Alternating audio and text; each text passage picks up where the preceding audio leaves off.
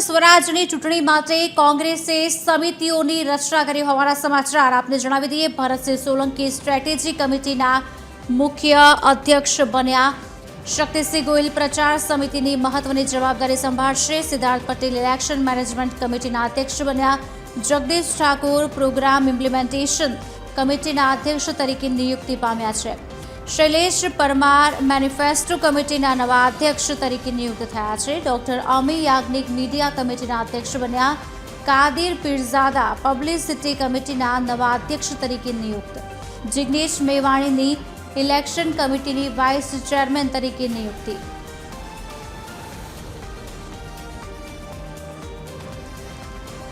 आज अंगे विगत आपसे संवाददाता मौलिक उपाध्याय फोन लाइन पर जोड़ा है। मौलिक शू વધુ વિગતો પ્રાપ્ત થઈ રહી છે? બિલકુલ, જે રીતે આગામી સમયમાં ચૂંટણીઓ આવી રહી છે તેને લઈને કોંગ્રેસ દ્વારા અલગ અલગ કમિટી અને તેના ચેરમેન, વાઇસ ચેરમેન અને કન્વીનરની જાહેરાત છે તે કરવામાં આવી છે।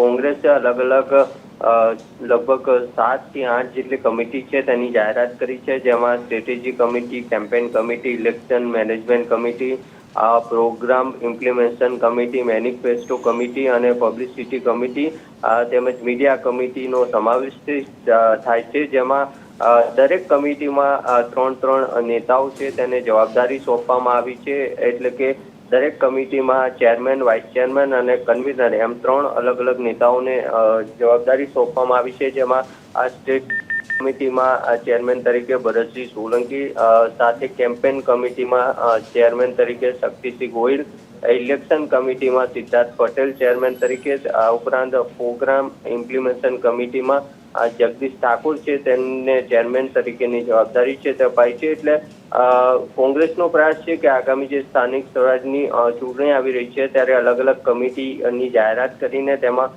અલગ અલગ 3 નેતાઓ છે દરેક કમિટીમાં તેમને જવાબદારી સોંપી દેવામાં આવી છે। હવે આગામી સમયમાં આ કમિટી છે તેમને જે પણ કામગીરી સોંપવામાં આવી છે તે પ્રમાણે કામગીરી છે તે હાથ ધરશે, જેથી કરીને આગામી સ્થાનિક સ્વરાજની ચૂંટણીમાં કોંગ્રેસનું પ્રદર્શન છે તે કોંગ્રેસ સારું કરી શકે। જી, આભાર મૌલિક।